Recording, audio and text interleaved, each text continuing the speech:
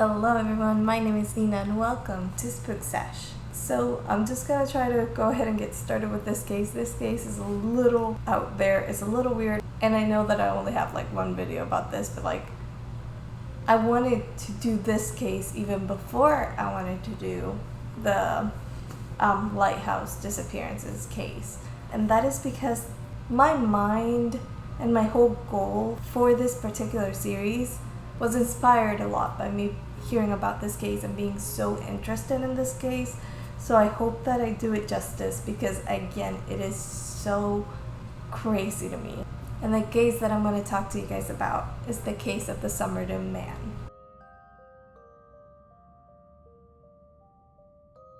Somerton is a beach located to the south of Adelaide, which is south of Australia.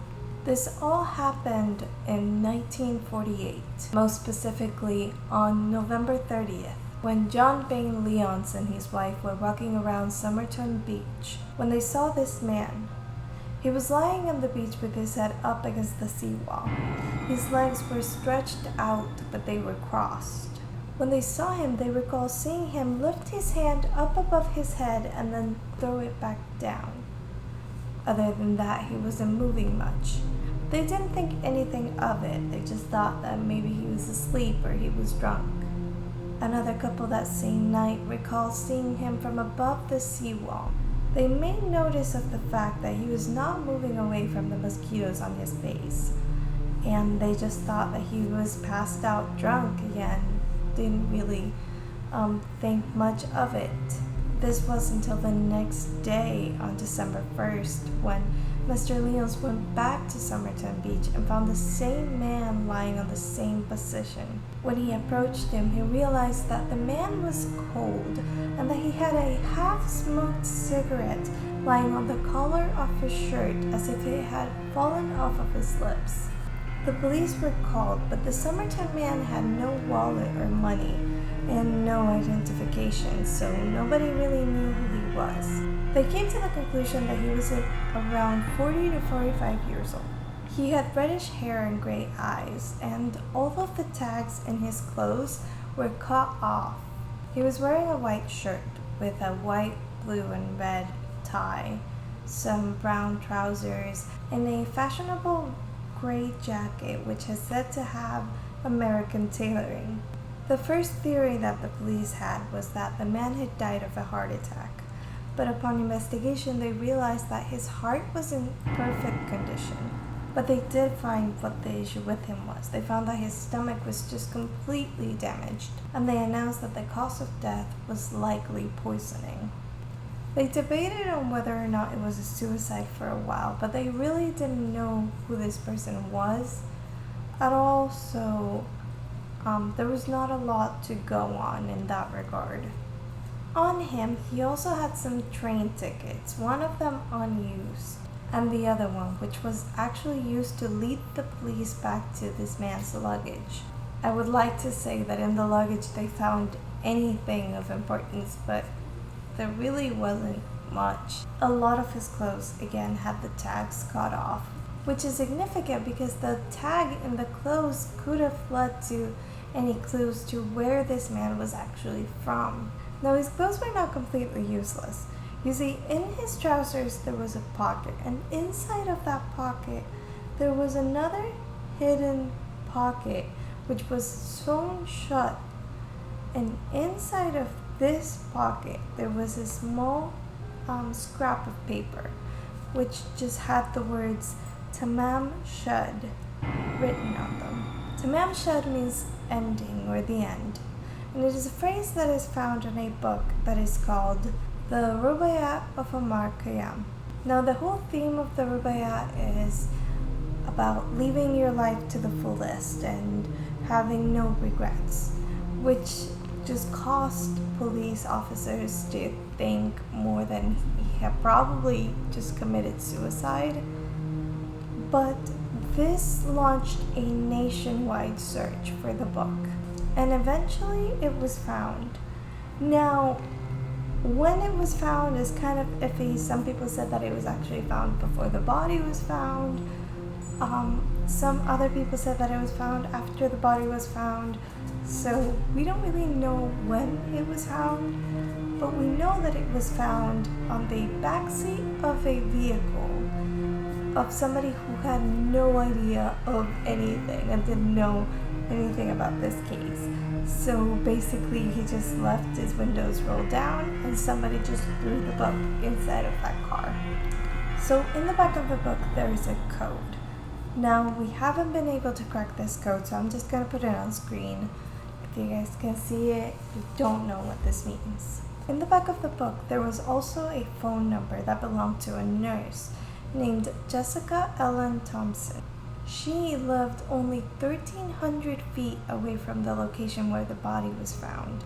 Whenever Miss Thompson was interrogated by the police, she said that she didn't know the Somerton man, and she had no idea why her cell phone number was in that book, or why he decided to visit her suburb before his death. Mrs. Thompson was shown a plaster cast bust of the dead man, and apparently whenever she was shown this cast, she was taken aback. She looked as if she was going to faint, and she wouldn't look at it again, and she was just saying that she didn't know him. Even Mrs. Thompson's daughter, Kate, believes that Miss Thompson actually did know who the Somerton man was. Something weird is that Mrs. Thompson actually did admit that she had owned a copy of the Rubaiyat. She said that she had owned one when she was younger, but that she had given it to Army Lieutenant Alf Boxall. And it was true. Later, it was found that Alf actually still had his copy of the Rubaiyat and that it was intact. In fact, in the front of the copy, she had written a verse, which read, "Indeed, indeed, reptance of before, I swore, but was I sober when I swore? And then came spring, and rose in hand, my threadbare penitence a pieces tore." And it was signed by her, so we're pretty sure that this is the copy that she was referring. Now again, there's not a lot to go off with this case, but there are a lot of theories and they're crazy. So I'm just gonna go ahead and get into those theories. Now the first theory is that the Somerton man was actually a spy. This theory came forth because of the conditions in which the body was found. The fact that he had like a pocket inside of his pocket, I think that's weird. I don't know if anybody else thinks that's weird, but that's weird. The code in his book as well is pretty strange. And things like that, but also around the Adelaide area, there were some points of interest for spies. There was a uranium mine really close to there, and also a military research facility. But not only that, also Mr. Alf Boxall, he's the man that received the book from Mrs. Thompson. He had worked for intelligence in Australia around the time that he was seeing Mrs. Thompson. So that's just really weird right there.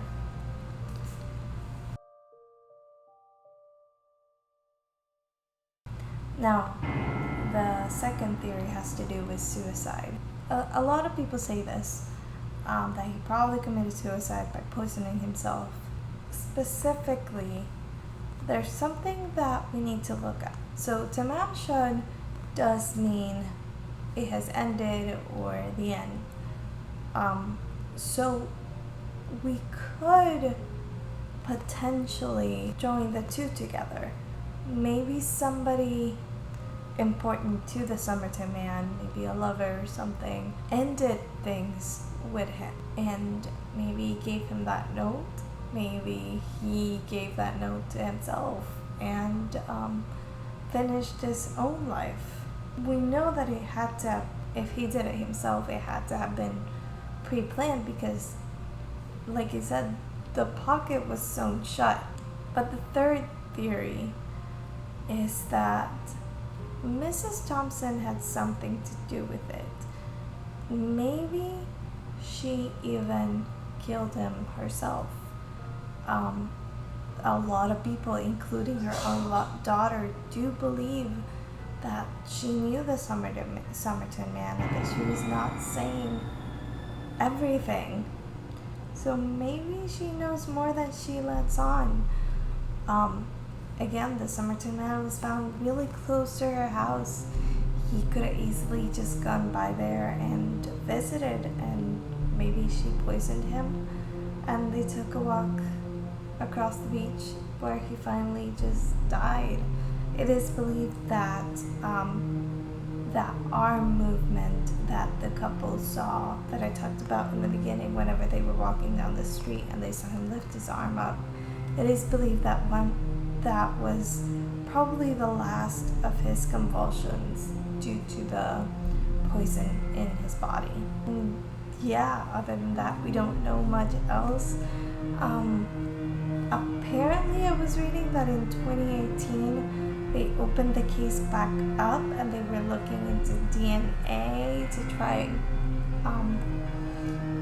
see who this man is. But as of right now, we really don't know. And there are a lot of people claiming that they know who it is, claiming that it is this person or this other person, but we still don't know. So yeah, that was the video. Hopefully you guys liked this one.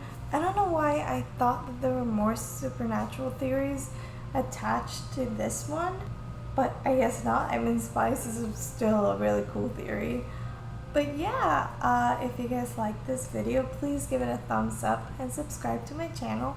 Also share with people that you think would be interested in this kind of content. I know that this is not for everybody, but it's a whole group of people that likes this kind of videos and wants to learn about this stuff. So yeah, thank you guys so much for watching, and I'll see you guys next week. Bye!